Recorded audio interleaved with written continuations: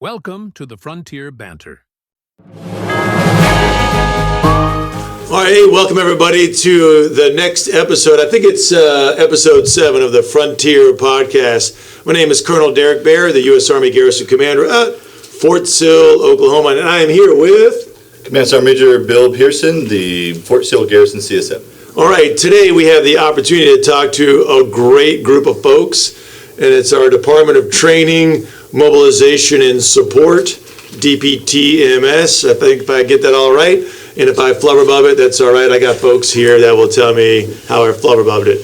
So, hey, we're going to start off with some intros. I'm going to start off with the lead here with old Glenn Waters, Glenn with double N. Not with one, double N, so let you know where he's from in the world. And then we'll go around, do some intros, and we'll get after it. Glenn, if you don't mind. All right, so I'm Glenn, and I'm the Director of DPTMS. All right. And Mike Spears, the Chief of Training Division for DPTMS. Yes, my name is William Benitez, and I'm the Chief of Plans, Operations, Mobilization, and Security. And finally, in bringing up the rear, name's Rob Turner. I'm the Chief of the Aviation Division within DPTMS. Heck yeah. And so no one really understands the amount of work and scope that our planning, training, mobilization support team does. I mean, most people just think, hey, we just do ranges. And that's kind of where we leave it at, right? Is that a true statement? Yes, sir, definitely. Yeah. I think so. Yes, sir. Yeah. So I'm just going to ask this for the group at large. Anybody can jump in. And I'm going to use one of my favorite quotes from Office Space. What is it that you do here? Oh, the Bobs. Yeah, that's exactly. I got 5 bosses, Bob. Is that what's going on here? That's exactly right. All right. So what is it that you do here, Will? Sir, so my division coordinates and plans and manages all orders, taskings for the garrison. We also support the installation on deployments. All external units coming in and train on Fort Sill. We coordinate the resources and life support activities for them, and we also manage the security for the personnel security for the installation. And in addition to that, we do the emergency management and force protection for the garrison. That sounds like a lot. I mean, that's just one small entity of what DPTMS does, right? I mean, Yes, and then you coordinate a lot, not just internally to the garrison, but it sounds like Department of Emergency Services, Fire Center of Excellence, all the 10 units in here, Lawton, Oklahoma, and other surrounding communities. Is that a true statement? Absolutely. So one of the big things Will does with a team of 25 people, by the TDA, is synchronizes And what does TDA mean? table of distribution allowances. Yeah, that's right.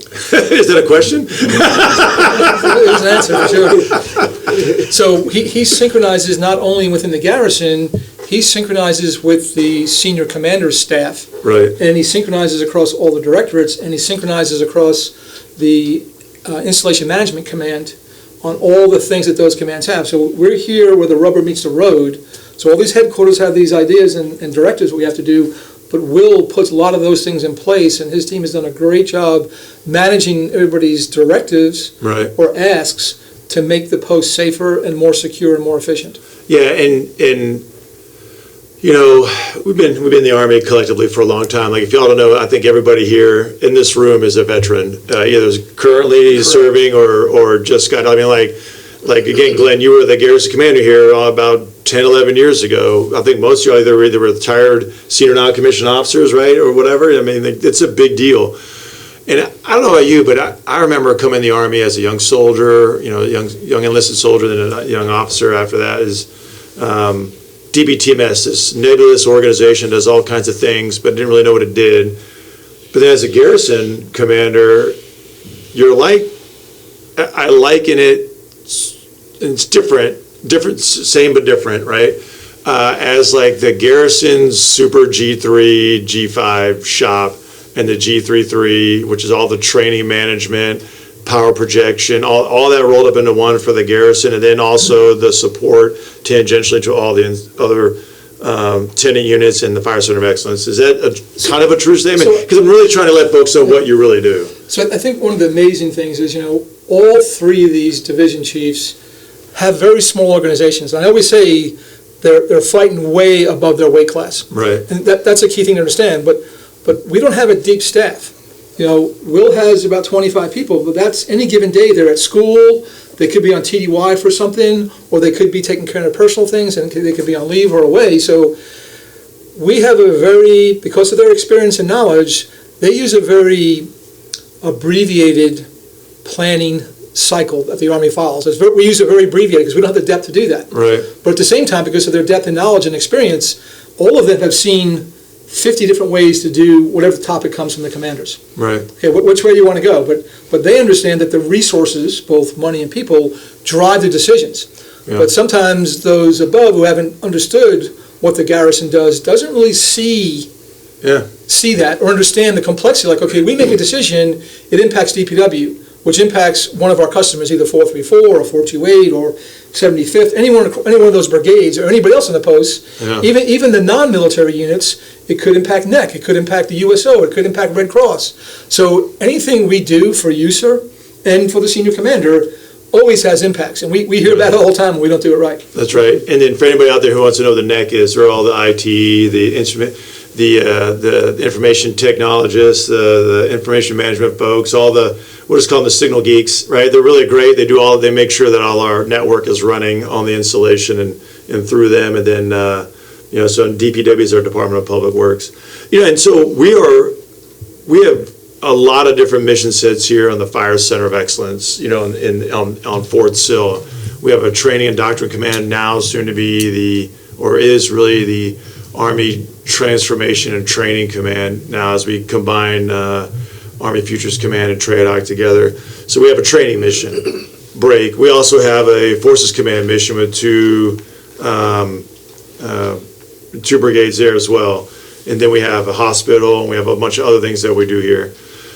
So we do training. What is that in training support? I'm looking at you, Mike, because you're kind of the guy for that, right? Like, you're the training support. You do all the ranges. You do all the things that we have to do to support the warfighter, whether it's turning civilians into soldiers or going to a power projection mode. So what does that mean for you? So honestly, sir, for any training that happens on the installation, so you have live training, which occurs out on the ranges and the training areas. You have virtual training, which occurs in the engagement skills trainer, for example, or simulations as well. Yeah. So between the mission training complex, which runs the warfighter exercises, command post exercises, to get the FORCECOM units ready to go to deploy by practicing their mission command capabilities and skills. Then the Regional Training Support Center, running the engagement skills trainers, they handle all the simulations and the training aids devices and helping those soldiers as they build their foundational skills or refine some of their skills that are rusty. Then, of course, range operations runs the live ranges and training areas. So all those, it affects every single thing.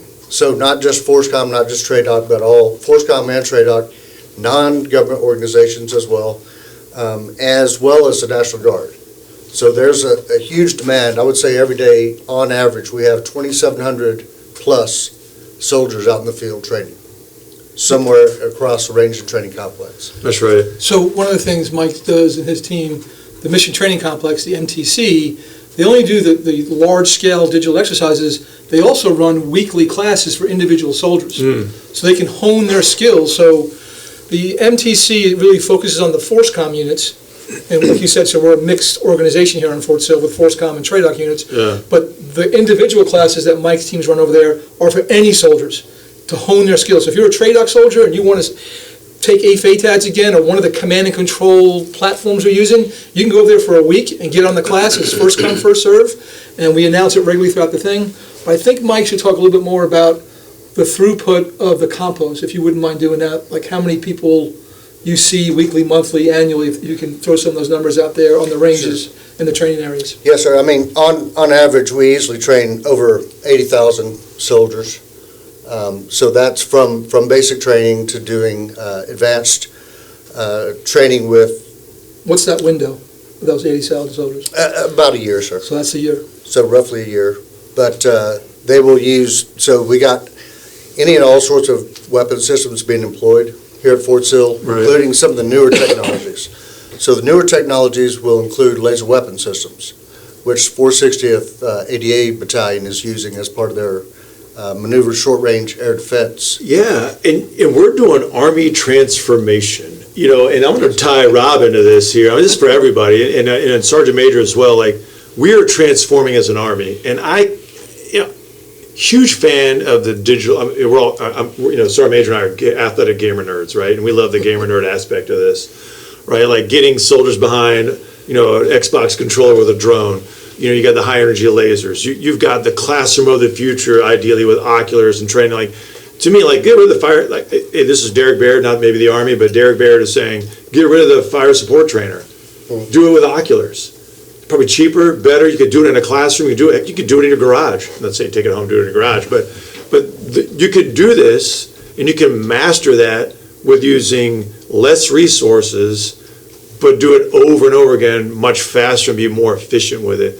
And I think that's where transformation comes in handy. And I'm looking for the group here, as we look at training and support, what does that look like as we look to the future in an Army and transformation? And Rob, I'm looking at you because you're the airfield guru, and we're getting drones, we're doing FAA policy, Colonel Baird's beating me up on FAA policy and drones, and so what are your thoughts? Excuse me. I think sometimes not every DPTMS across the Army has airfield as part of its organization, and not every garrison has an airfield as well. So we are in a bit of a unique situation here in that we do have the airspace as an asset that we're able to utilize in training today's soldiers, field artillery, air defense, and it even goes beyond those two organizations.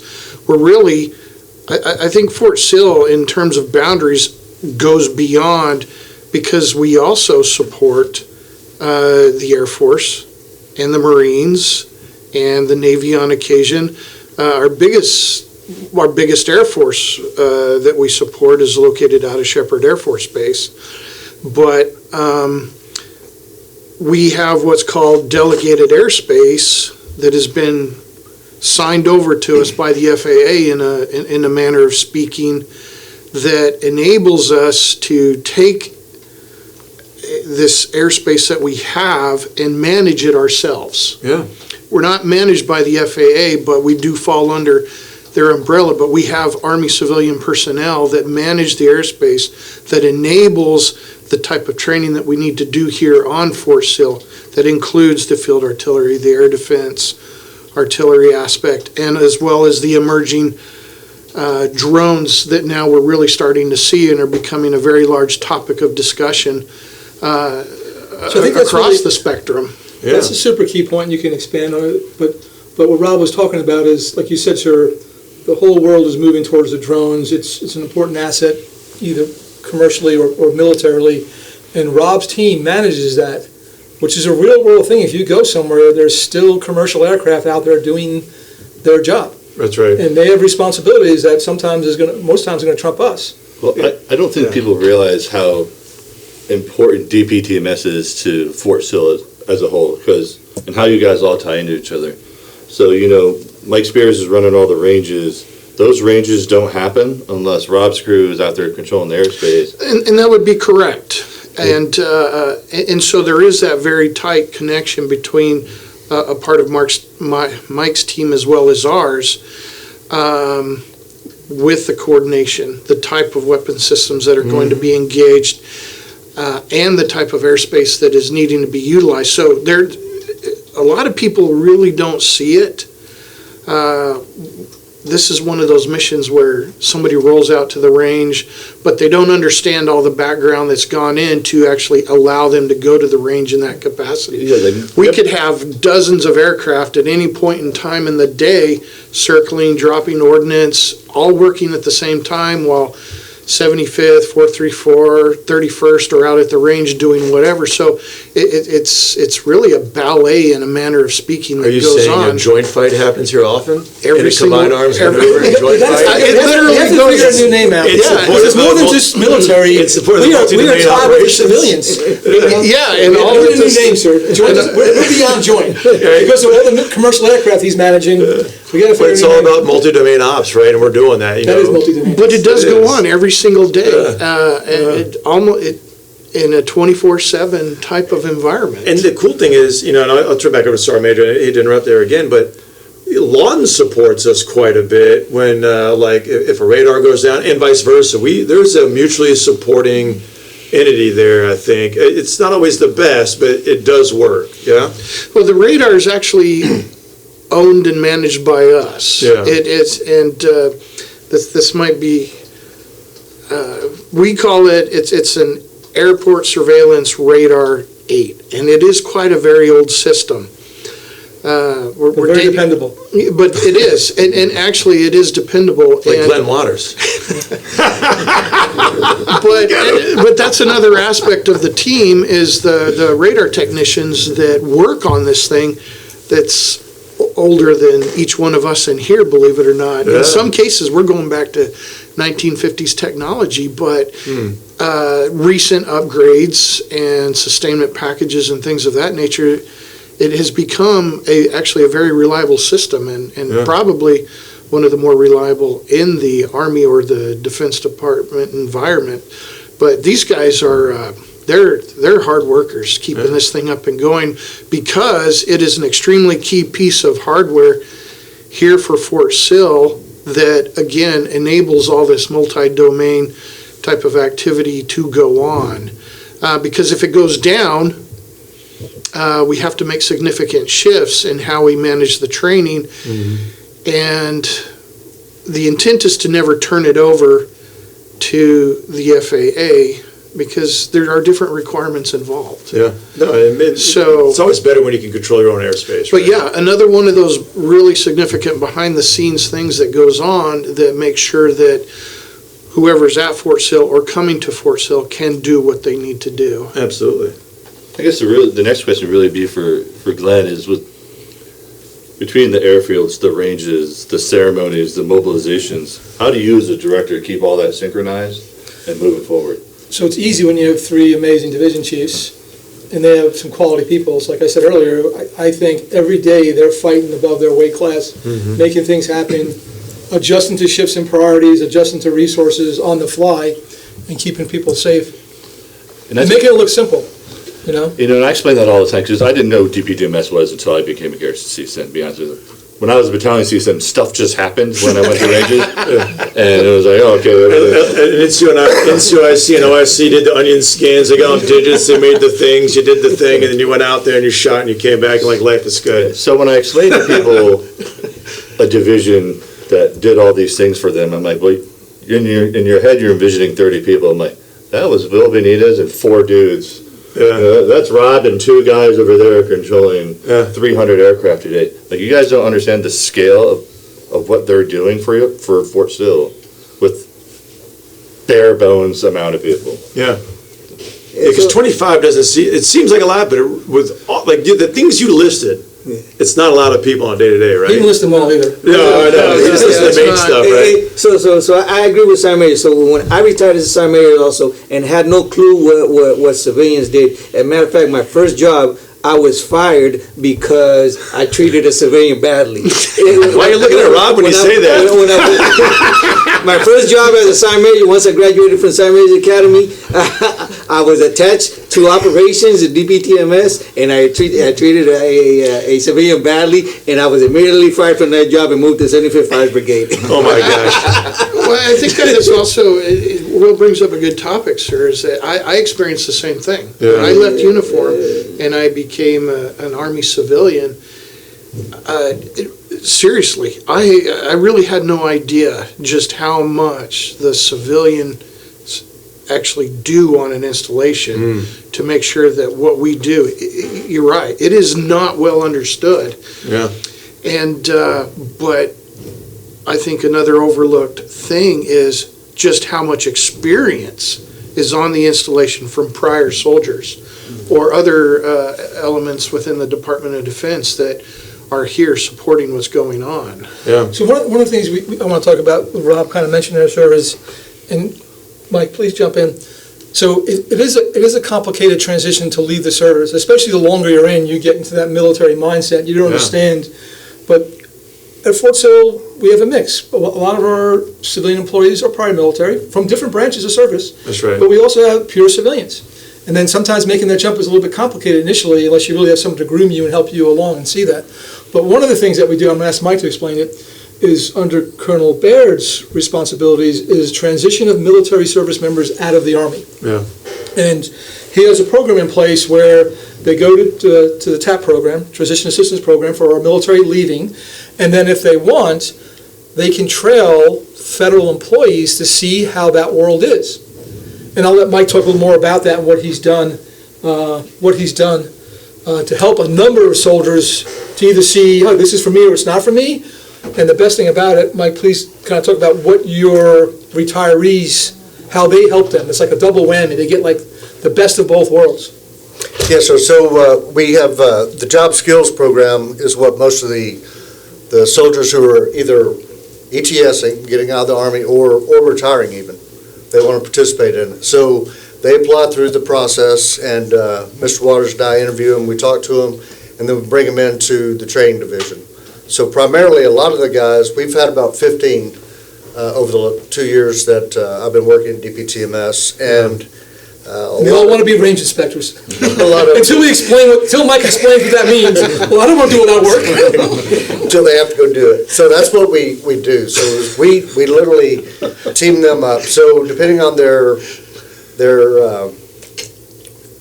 dreams, desires, everything else, we look at within range, for example. Yeah. So we got the range operations side. So we expose them to being a range inspector. Right. So going out to the ranges, checking, watching the units, making sure they've got everything on their checklist, making sure they've got combat lifesavers, they've got a risk assessment, and doing all that. Doing it in the middle of the summer when you've got 3, 4, 5, 6, 7 trainees going down like that due to heat casualties. Oh, yeah. They're still in uniform technically, but they're wearing civilian clothes because they're in the job skills program. Yeah. They're having to look at their own soldiers saying, "Oh shit, we gotta do a better job. We're not taking care of our soldiers." Yeah. And then put them on the fire desk. So then they got to listen to somebody out on the range who has no idea how to use a radio. Or we take them to the other side of range ops and put them with support. So then there's support having to figure out how to use potentially a skid steer or work and develop and fix and repair a range and get it ready to go, or build target frames because they don't just magically appear out there on the zero range. Somebody has to physically make the frames. No, sir. And we got one. Sergeant Major said they did. So it's been incredibly good, actually. Yeah. Like I said, we've had about 15 in the last 2 years, and we've actually hired 2 of them. Yeah, and They've come back. You know, what's interesting too now is as we say this, I think, just about every podcast, we're always going through some sort of transition, whether it's military to civilian life, whether it's forward passenger lines, rearward passenger lines, whether it's transforming for the future, transformation of contact, all these other things that we're doing. It's all about transition. We were always in a transitional period, and so now we're looking at how do we support as we transition through some of these reductions in force and all these other things.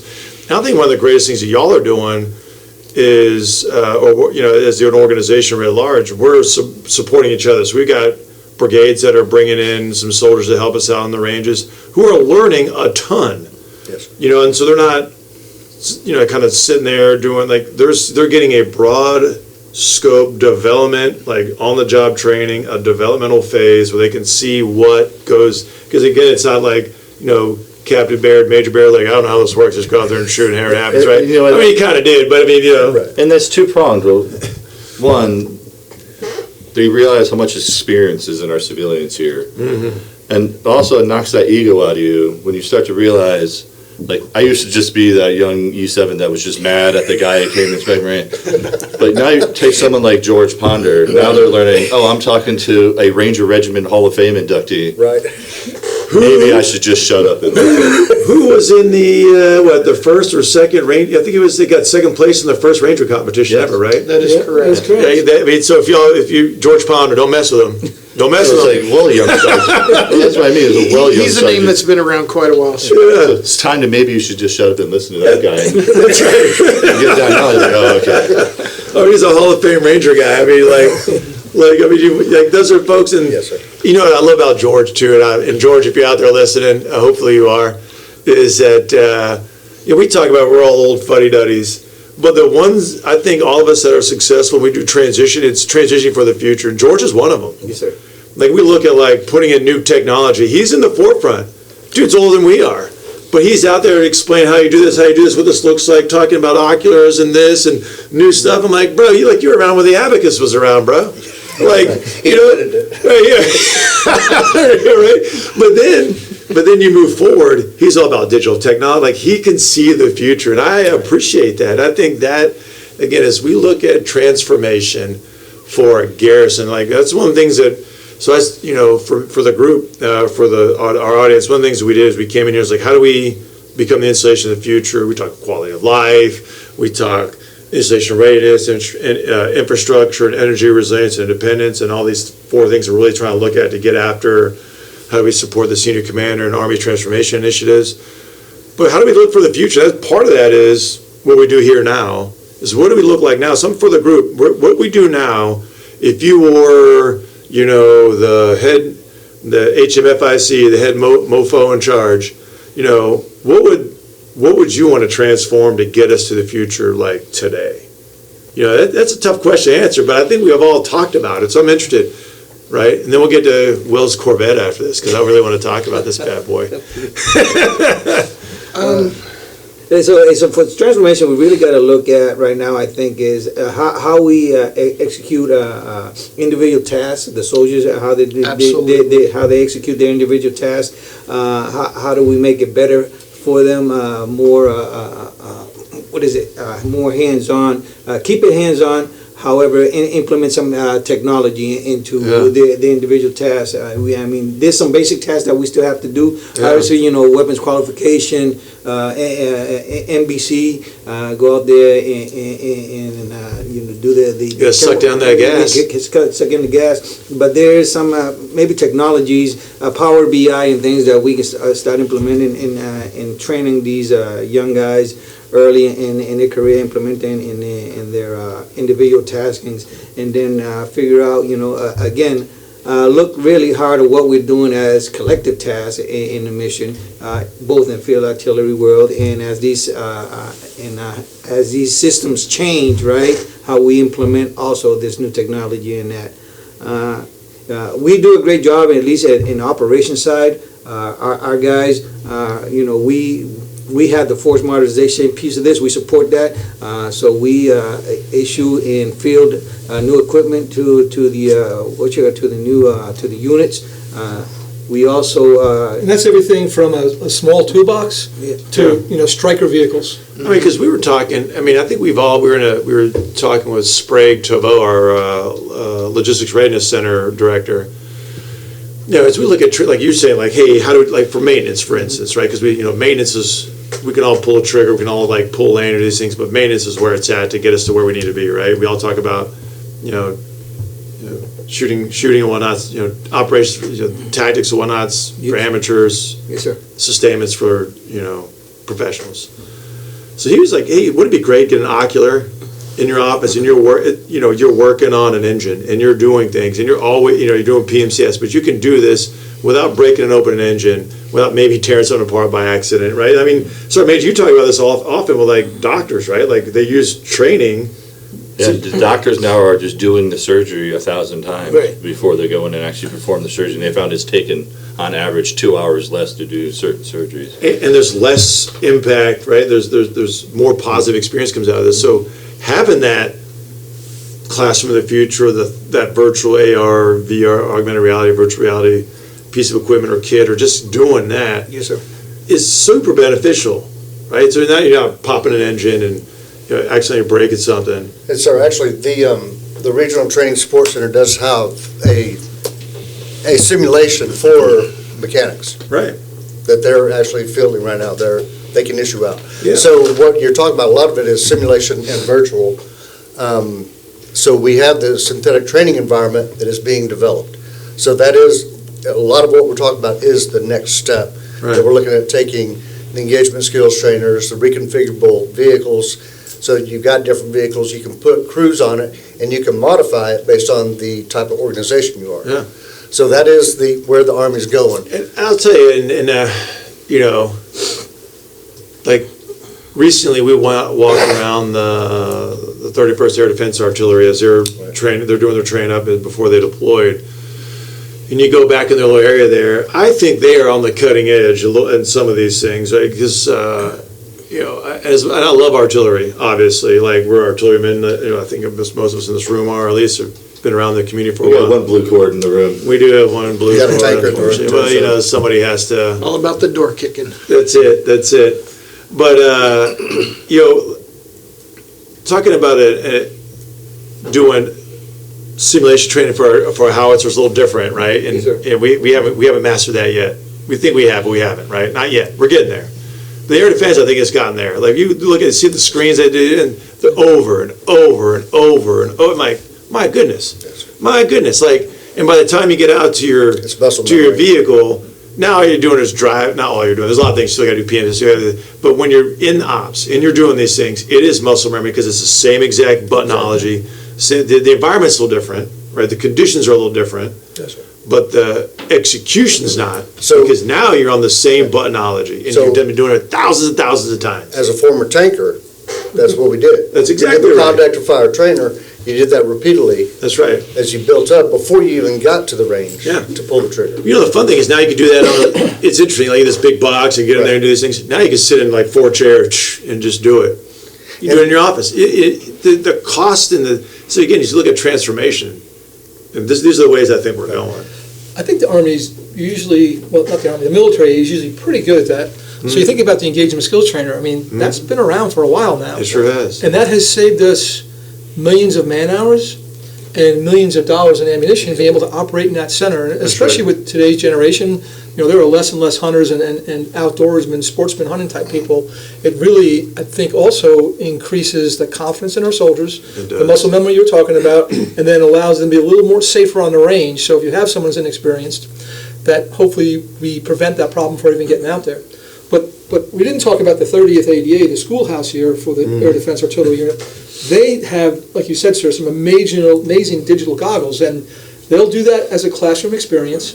But this is funny, if you're the one who's not pulling your weight, well, guess what? You stay after class, and you can keep the goggles on and operate with avatars as opposed to your actually other soldiers. That's right. So those soldiers who passed that skill go on to the next one, but the soldier who didn't, he stays there with the avatar group and keeps working on it until he masters it. And that's because, people learn differently, or they learn at different rates. Yep. And having that ability to do that, or check out a goggle to bring to you, it gives you the opportunity to train. And you're saving millions of dollars. Yep. Oh, So take, there's companies out there now that are doing VR, JTAC training. The amount of money you're saving in fuel for an F-15 or 16, the cost of whatever what bombs you're dropping, the cost of the concrete bombs, the cost of you're paying the airspace guy, you're paying, just the millions of dollars over Just the years. weather delays too, that The causes. classes of supply alone.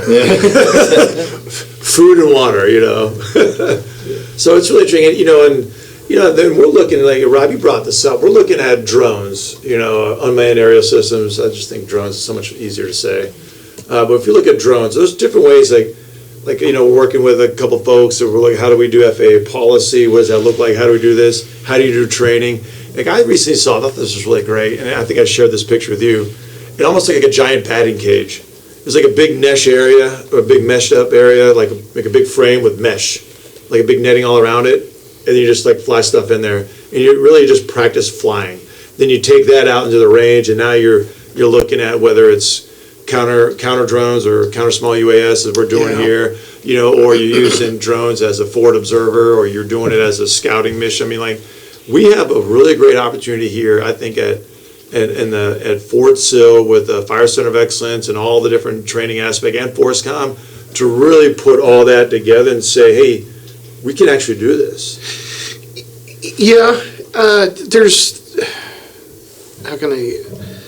so with the emergence of the drones and they're becoming more and more prevalent in what we do, I think in some respects, sir, it has forced us to look at older ways, for example, how to react to a drone. Oh, yeah. So the drones are up ahead, and if you have soldiers and things moving through, so now a lot of new soldiers have to, I think, practice a little more, relearn camouflage techniques. Yeah. Because of the aerial observation aspect that a drone brings.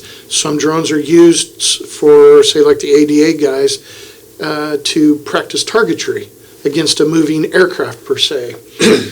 Some drones will, as we're already starting to see, carry and deliver ordnance against an enemy. So how do we react to that? How do we teach soldiers to do all that? They're not just observation platforms anymore. They're actually becoming, I think, a multi-domain weapon system. Yeah, definitely. So offensive, will, defensive, and even correct. logistically. Yeah, and you know, at your point, like 434 are one of the Training basic Brigade? combat training brigade. They're doing react to contact. And it's like not your normal. Outside your normal react to contact, now the new normal is react to the thing that's flying Correct. at you. So in some What do you cases, do? you're having this new technology really begin to just come out in wide and very different ways. Yeah. But at the same time, we're also having to, relearn might not be the right term to use, but relearn some older soldiers type skills to be effective against this new emerging modified. technology. It's forcing us, I think, relearn, that might be the right term to be honest with you, but it's forcing us to not be complacent anymore. 'Cause Correct. we spend 20 years, hey, we go somewhere, we own the air in 24 hours and it's ours.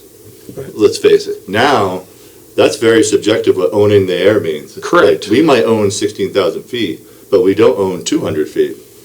Because now a swarm of drones can come over you That's right. and ruin your day as the Ukrainians are They finding out. can. Yeah, it's like the old reactive helicopter, right? Right. You know, it's like, Yeah. you know, so we're taking that and kind of modifying it. So, you know, what's old is new, right? You know, it's what's So, old is new again. So how do you react so- to that, but differently? Yeah, so your line of sight is no longer necessarily straightforward to your left, to your right, or to your rear.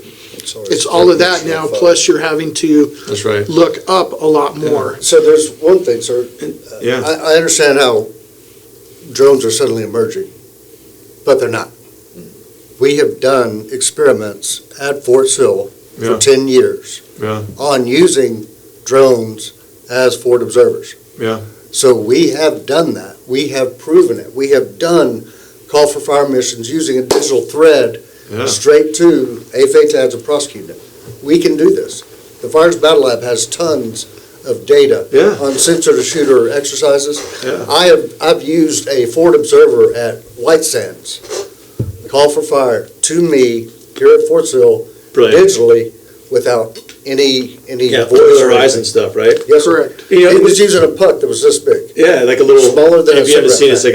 like a little, thumb to forefinger. Yes, sir. You know, and you know, like a deck of cards almost size. But you know, you look at so how does all this impact what we do in DPTMS, right? So again, we're transforming as an organization, whether it's organizationally, structurally, whether it's resource, new equipment. And again, like some of it may not be new, but the techniques constantly change. So that's what. So I'm with you. Like drones have been around for a long time, but now it's more ubiquitous at the tactical level and like the personal soldier level. Yep. And now that's a thing, right? And so now, how do you combat that? How do you exercise that? How do you train that? How do you support it? And so those are the things that we, I think, collectively are looking at. Whether it's Rob and his airfield crew, how do we do that? At what level do we do it? Because let's face it, if I'm a forward observer, or I'm a scout, or I'm Private Pearson, or Corporal Waters, or Lieutenant Spears as a fire support team, I want to see what's over that hill. All right, let's pull my backpack drone and throw it. Let's go. I don't want to wait to call that in, Sure. and you shouldn't, quite frankly. Yes. So how do you train that here? Because Sure. I want to see what's over the other side. Like, why not? And so we've talked about that. So from my perspective of training, what I have to do and we have to do is remain extremely proactive. And we have to forecast out. So, for example, the 460th, they say, okay, we're going to put a laser weapon system on 460th and field it and shoot it. Well, why Yeah. couldn't they do that? They can do that because of the work we did 15 years ago. There's always one. There's always one. So I guess I owe everybody lunch. Thanks, Rob. Yeah. Hey, everybody heard that. Everybody heard that. So the bottom line is we set conditions in 2015 for the work that we're doing now. Yeah. So it's a mindset of always looking forward and starting to identify, okay, we got long-range hypersonic weapons or mid-range capability. Right. What do I have to do? What can I do from a training perspective? Absolutely. I can't shoot a lot of that stuff. So it's kind of funny because what Mike just talked about, setting the conditions, all three of these guys, sir, they operate tactically every day, but they're constantly touching operational and strategic. That's right. Because of your responsibilities as sergeant majors, they're planning out what the next generation of equipment is going to look like. Yeah. So we're involved in that. But again, the meat of our day, we're the executors on Fort Sill. Yeah. But the three of them have to constantly be staying in the operation and the strategic fight, working with DPW, environmental to shape the situation so that we can do the stuff Mike described out there on Thompson Hill for lasers. You know, you hit something interesting. You know, we talk a lot of training. You know, we have not even scratched the surface on what it means environmentally, DPW-wise, monetarily, and all these other things. And so we're just really scratching the surface here. We could probably spend 4 hours if we wanted to talk about all the nuance that goes into We could. what we do. But we're Rob not. could. Rob could. Yeah, Rob. It sounds like Rob could absolutely do that. We could actually, Yeah. just like Mike, airspace is the same way. So what's going on here at Fort Sill may not necessarily be going on at another installation. But again, if we go back to one of these old school techniques, the ever-present after-action report, how are we taking what we're doing here, getting that information to the field, but also at the same time receiving what emerging requirements may be, how can we begin to tweak, change POIs, so on and so forth, and project what may need at the range level, what we may need at the airspace level, and then how do we work that with other competing Department of Defense activities, as well as all the civilian requirements that fall into place. I think as commanders going forward, as well as NCOs, are going to have to learn how to balance all that, as well as really, maybe the exchange of information is much improved, maybe different from what some of us experienced previously, but I think that's also going to be a very significant part of Army doctrine, training, going forward.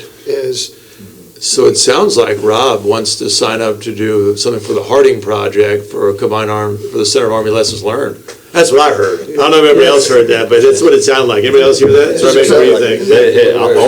Also, maybe lunch, it sounds like. It's on record. We heard it. You can tell us how it's As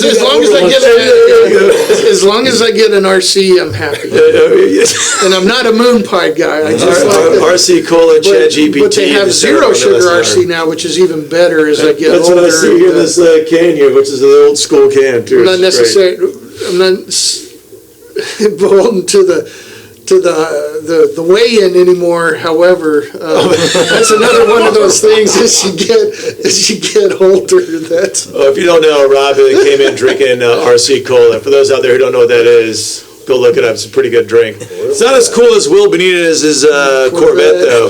So for the outstations here, I threatened I was going to say it. We were going to do it. It's got this baller red, cherry apple red. You almost got to wear sunglasses to look at it. And then he has like these really great watches. Well, let's talk about it. We're talking about transition and transformation. Yes, You're sir. transformed into like super bougie Corvette guy.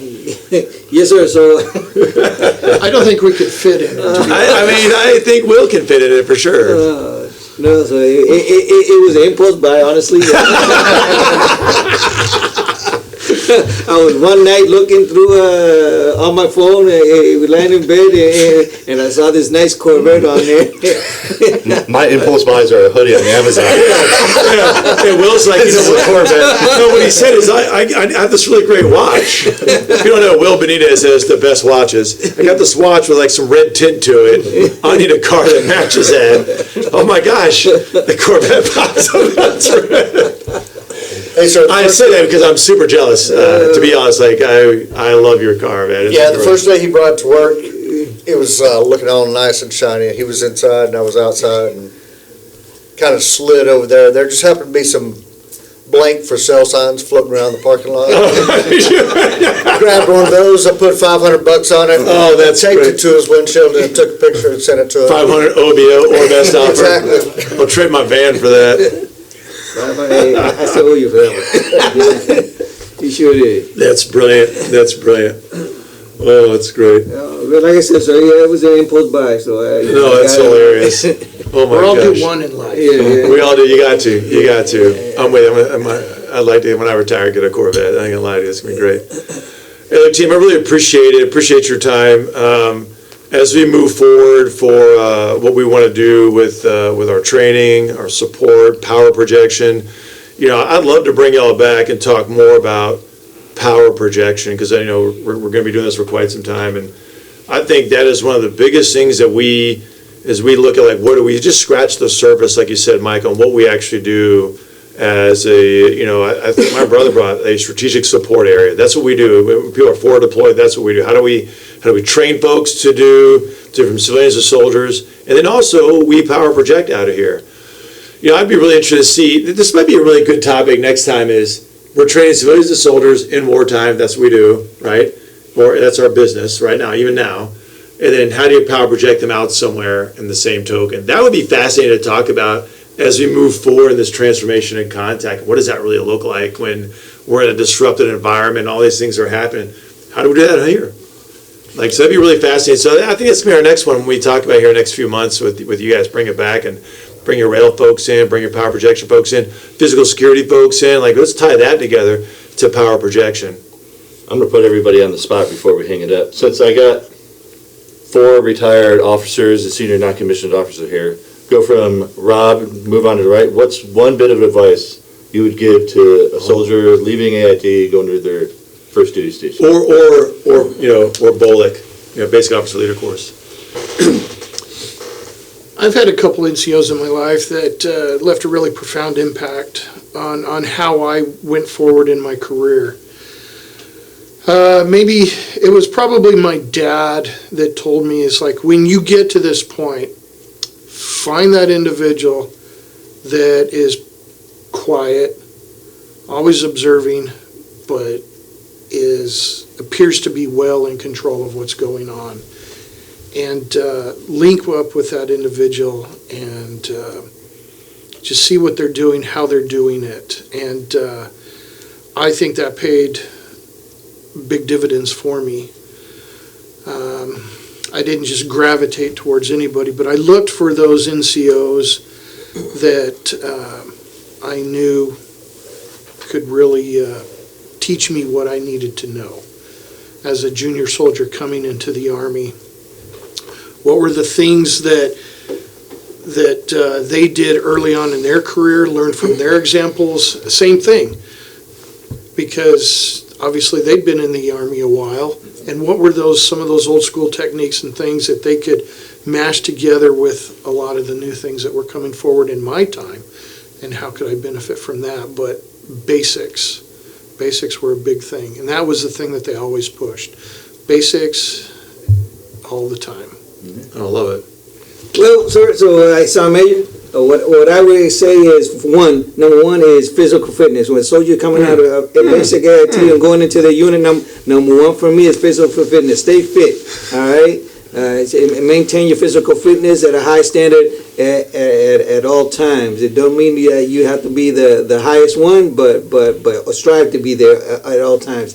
Number two is learn your job, whatever job it is. Yep. AIT is great, but when you get to your unit, you really have to master your job. Whether every aspect of, if you're an artilleryman, in my case was, what level 1, level 2 artillery,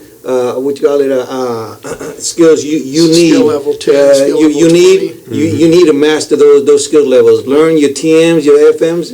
Now there's not FMs no more, but learn them and get in and master those.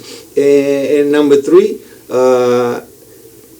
although you are not maybe in a position to lead because you're a young soldier, but demonstrate that you're a leader. You go out there and be respectful treat people with respect, and lead your team, and you'll have a great career within the Army, I think. That's awesome. Mike, you want to go next? Sure, sir. So I would say, Sergeant Major, as a brand new first lieutenant or second lieutenant, when I reported to my unit at Benning, the biggest thing I thought of and did was stop, look around, talk to my NCOs and learn from my NCOs. I had a platoon full of Desert Storm vets. Mm-hmm. So as a tanker surrounded by a bunch of Desert Storm vets, they're crusty, ticked off, got back from Germany. Third ID was restationed from Germany to the States. So had a ton of experience. So I sat back, I watched, I learned, I absorbed from them. Had a absolutely phenomenal platoon sergeant, incredible. Helped me establish my foundation, understand my limitations, but also my capabilities. One of the key things I learned at my first NTC rotation was from the OC said there's not just one brain in this platoon. There's 16 for a tank platoon, so every single one of you all contribute. So that was a key lesson that I've carried through with me is I'm not going to have all the answers. So I am always open to ideas, thoughts, and everything else. If I am the leader, then ultimately the decision will come to me, but I will consider opinions, thoughts, ideas. I need that because I am not omniscient. So and also keep things in perspective. I love it. Bottom line is, if I totally flopped a interview at Amazon as I was getting ready to get out of the Army, because they're like, would you be willing to do, get on the road or send somebody out on the road at night for this package and everything else? I'm like, I don't know. Is somebody shooting at us? Is there like rockets coming? I'm like, I'm such urgency for this? I'm not feeling it. So, I didn't get that job. Oh my gosh. Oh my gosh. What about you, Glenn? Okay, so I would kind of stuck to a mentoring technique. There are 5 areas I usually talk about for young soldiers, both either enlisted or officers. You have to constantly try to improve yourself physically, professionally as a soldier or whatever branch of service you go into, mentally, socially, and spiritually if you're a believer in God. And like Mike just said and Rob talked about, you should find a mentor in those categories if you're weak in one of them. Mm-hmm. And you don't have to be the smartest one in the category, but know who's around you on your team, who is the smartest. But keep pushing yourself to get better in those 5 categories and drag your subordinates along with you and even your peers. Okay. I'll give the easy 2 things since we're almost out of time that I always tell everybody. It's 1, never try to be better than anybody else. Just try to be better than yesterday. If you concentrate on yourself and improving yourself, you'll naturally rise to the top. And 2, seek out mentorship. Don't wait for mentorship to come to you. That's right. I constantly find people, well, nobody's come to mentor me. Yeah, You got to seek that mentorship out. And kind of like what Rob was talking about earlier, find that person, that guy or that girl that you see is just crushing it and has their life in order, and go to that person and seek the mentorship. Don't just sit around and wait for it to come to you. Yeah, sometimes, and I'll add on to that a little bit, and I'll put mine on it. Would you say you're going to piggyback? I might, yes. You better behoove. Better behoove, caveat, belabor, all the Sergeant Majorly words. It's interesting, like, oftentimes you want to find a mentor that's like you, like us, like you. Like, don't. Like, you can, but I would also offer up, if you want to find another mentor that's not like you, someone who thinks differently, because then you see a different perspective. If you're always in an echo chamber of mentorship, then sometimes you won't get that professional development. Yeah, that's exactly right. And so I just offer up for mentorship. Don't be so prideful that you're not open to That's experience. Right. It's like going to the gym. Check your pride at the door. There's always someone faster or stronger in the gym. Mm-hmm. So So here's what I would tell you. Along the way, my parents always used to tell us this: if someone makes you a ditch digger, be the best darn ditch digger you can be. If someone's going to recognize that and move you forward. Right, so we talk about soldiers coming out of AIT, bull, like you name it, basic officer leader course or advanced individual training, you name it. You're going to find yourself in a job you just don't want to do. or you're not comfortable doing because you don't know how to do it. Okay, great. It's a great opportunity. It's an opportunity to excel with an obstacle that's in your way, right? Figure out a way to get around it, and the best way to do that is be the best person you can be to do that. If you don't know it, like I've never, in fact, right now I'm the dumbest guy in the room. I can tell you that right now. All this august body of brilliant people. But learn from it and then keep moving up. And that's, I think, is through mentorship, purpose, fitness, health and holistic fitness, teamwork, all these things, and have fun while you do it. I'm a big fan of that. If you don't enjoy the thing you're doing, stop doing it, go do something else. You can have bad days, I got that, but if you don't have fun with what you're doing, just go find somewhere else to be. Because you get boo-boo lip and you bring everybody down with your boo-boo lip.